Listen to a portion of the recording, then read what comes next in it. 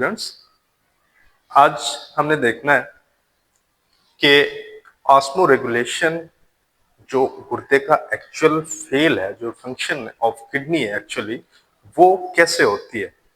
Previous lecture में हमने discuss किया था कि यूरिन फॉर्मेशन जो है वो कैसे होती है, तो उसको हमने देखा कि वो 3 स्टेप्स में हो रही है। और उसमें प्रेशर फिल्ट्रेशन है कि खून से मवाद जो है वो फिल्टर होके वुमेन्स कैप्सूल में आ जाता है, फिर आगे रीनल ट्यूब्यूल में वो ट्रेवल करता है और फिर उसके मुख्तलिफ पार्ट से मुख्तलिफ चीजें जो है रीअब्सॉर्ब हो रही हैं इसमें दोबारा ब्लड स्ट्रीम के अंदर। और फिर रीअब्सॉर्प्शन के बाद ट्यूबुलर सेक्रीशन में जो मवाद पहुंचता है वो फाइनली उसको हम यूरिन कहते हैं, यानी कि वो पेशाब बन चुका है और उसको जिस्म से निकाल दिया जाता है।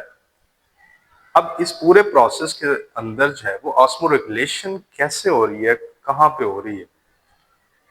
तो ऑस्मो रेगुलेशन मैं आपको रिमाइंड कराता चला कि ऑस्मो रेगुलेशन जो है वो साल्ट और पानी का तवाजुन बरकरार रखना होता है। तो गुर्दे जो है वो यूरिन फॉर्मेशन के जरिए से साल्ट भी और पानी भी, इन दोनों चीजों का तवाजुन जो है वो बरकरार रखते हैं। तो ये हमने प्रीवियस लेक्चर में डिस्कस किया था कि नेफ्रॉन का स्ट्रक्चर है, और नेफ्रॉन के स्ट्रक्चर में जो यूरिन फॉर्मेशन का अमल है वो मुख्तलिफ मराहल में हो रहा है। यहाँ पे प्रेशर फिल्ट्रेशन आगे जो है इसको आपने देखा है कि ये ब्लड कैपिलरीज ने ऐसे इसको घेरा हुआ है, और ब्लड कैपिलरीज में यहाँ से जो खून का कुछ मवाद जो इधर फिल्टर होके आया था ग्लोमेरुलस का फिल्ट्रेट, वो दोबारा से रीएब्सॉर्ब होता है। और ये वो लिंक है जहां से ब्लड जो है वो ब्लड के अंदर वाटर और साल्ट रीएब्सॉर्ब होते हैं। लूप ऑफ हेनले इसके 2 लिम्स हैं, एक डिसेंडिंग और एक असेंडिंग। यहां से वाटर और यहां से साल्ट रीएब्सॉर्ब होता है। अब ये जो रीएब्सॉर्प्शन का मरहला है एक्चुअली यहाँ पे ही ऑस्मो रेगुलेशन होती है। तो वो कैसे होती है मैं आपको बताता हूं।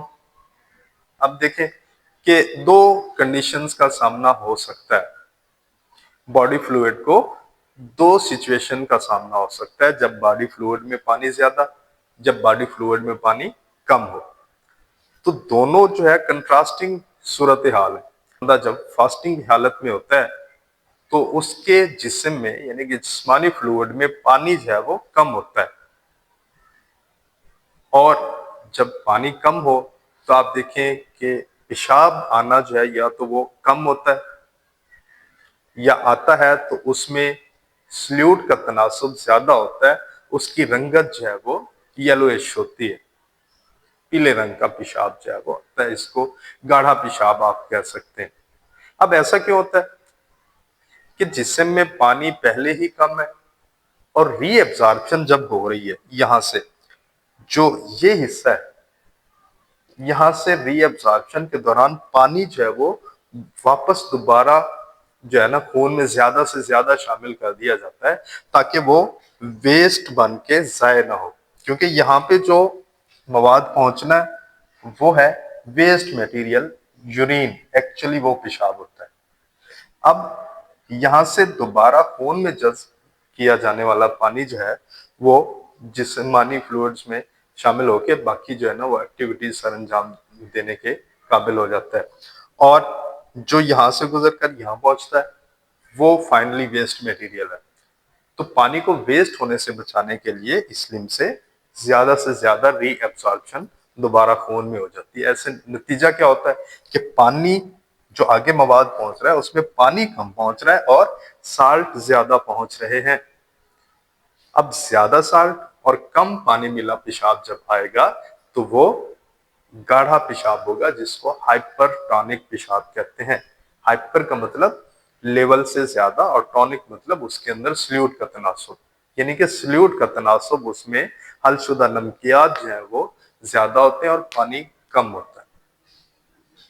अब दूसरी सिचुएशन जो है वो इसके उल्ट है कि जिस्मानी फ्लूइड में पानी ज्यादा है। नॉर्मल डेज के अंदर जब हम पानी ज्यादा पी लेते हैं तो अब जिस्म को सूरत हाल क्या पेश है कि पानी ज्यादा है। अब उस ज्यादा पानी को जो है वो रीएब्सॉर्प्शन में, बस ये चेंज जो है ना, मेन चेंज वो ये है कि रीएब्सॉर्प्शन के दौरान उस पानी को दोबारा कम से कम जज्ब किया जाता है और कोशिश ये होती है कि यहाँ से पानी ज्यादा से ज्यादा आगे पहुंचे और वो पेशाब के जरिए से निकल जाए। अब ऐसे पेशाब के अंदर सल्यूट का तनासुब कम होता है और पानी का तनासुब ज्यादा होता है, जिसके नतीजे में पतला पेशाब बनता है, यानी कि उसकी कंसंट्रेशन जो है वो डाइल्यूट होता है, वो साल्ट कम होते हैं, पानी ज्यादा होता है। ऐसे पेशाब को कहते हैं हाइपोटोनिक यूरिन, यानी कि उसमें हाइपो का मतलब बिलो द लेवल, यानी कि लेवल से कम, टॉनिक यानी कि साल्ट, उसके अंदर कम साल्ट्स मौजूद होते हैं। इस तरह जो है वो गुर्दा साल्ट और पानी का तवाजुन बरकरार रखता है हमारे जिस्म में, यानी कि ऑस्मो रेगुलेशन करता है। अब इस पूरे प्रोसेस के दौरान डिसऑर्डर्स भी आ सकते हैं। तो हमारे अंदर सिस्टम्स चल रहे हैं, उनमें डिजीज जो है ना वो कॉमन है। डिसईज का मतलब ये, यानी कि नॉर्मल फंक्शन, डिसईज नॉर्मल फंक्शन से जब कोई चीज डेविएट करती है तो उसको हम कहते हैं डिसीज। तो किडनी से रिलेटेड डिजीज भी डेफिनेटली होती है और उनमें सबसे बड़ा जो डिसऑर्डर है, डिजीज है, वो है किडनी स्टोन, गुर्दे की पथरी।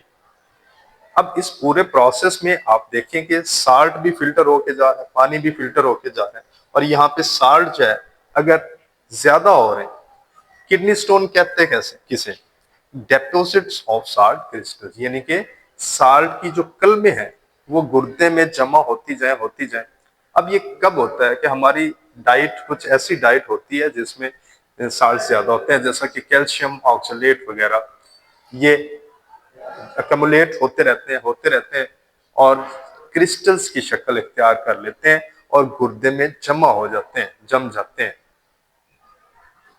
इसी क्रिस्टल को क्या कहा जाता है, किडनी स्टोन, गुर्दे की पत्थरी। और ज्यादातर ये गुर्दे में रहती है और कुछ जो है ना वो ट्रेवल कर जाती है मसाने के अंदर, ब्लेडर के अंदर, यूरिटर के थ्रू।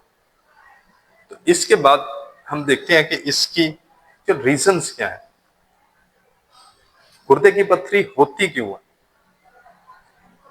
ये डिपेंड करता है आपकी एज पे, आपकी डाइट पे, या आप रूटीन लाइफ में पानी कितना कंज्यूम कर रहे हैं, या इसके अलावा आप अल्कोहल कंज्यूम करते हैं, या कुछ बाकी भी चीजें हैं जिनकी कंजम्पशन से स्टोन हो सकता है, किडनी स्टोन। अब फैक्टर जो है वो तो हर बीमारी के लिए सबकी वेल है, यानी कि वो वेलकम कहता है। जैसे जैसे बंदा एजिड होता जाता है तो उसकी इम्यूनिटी जो है वो कम होती जाती है, इसलिए बीमारियां जो है वो बीमारियों का घर होता जाता है बंदा।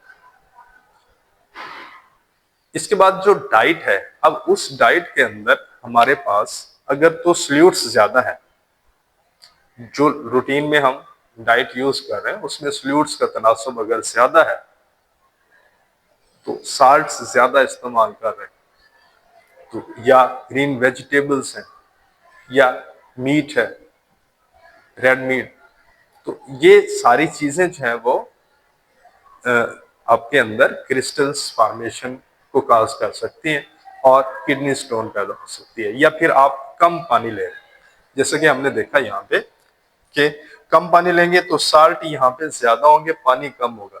एज ए रिजल्ट कंसंट्रेटेड पेशाब जो है ना, वो कंसंट्रेटेड यूरिन आता होता है और उसकी क्रिस्टल्स बनने के चांसेस ज्यादा होते हैं, तो वो क्रिस्टल्स अक्मुलेट हो जाते हैं। फिर हम देखते हैं कि इसकी सिम्टम्स किस सूरत में जाहिर होती हैं। तो सिम्टम्स मतलब अलामात जो है वो, आपको स्वियर पेन होगा, किडनी पेन जो है वो बैक साइड पे अमूमन फील किया जाता है, या फिर एब्डोमेन में लोअर साइड पे, यहाँ पे आपको पेन फील होगा। या फिर आपका जो यूरिन है, यानी कि आपका जो पेशाब करते हैं, तो उसमें एक स्मेल आती है, फॉल स्मेल आती है, मतलब बदबू आती है, और बदबू के साथ साथ बाज़ औक़ात पस सेल्स भी खारिज होते हैं। पीप या खून वाला पेशाब जो है वो खारिज होता है। तो ये कुछ अलामत हैं जो कि जाहिर करती हैं कि किडनी स्टोन हो चुका है। अब इस किडनी स्टोन को कैसे काउंटर किया जाता है या इसका इलाज क्या है, वो हम इंशाल्लाह नेक्स्ट लेक्चर में डिस्कस करेंगे। और तब तक के लिए इजाजत दीजिए। अल्लाह हाफिज।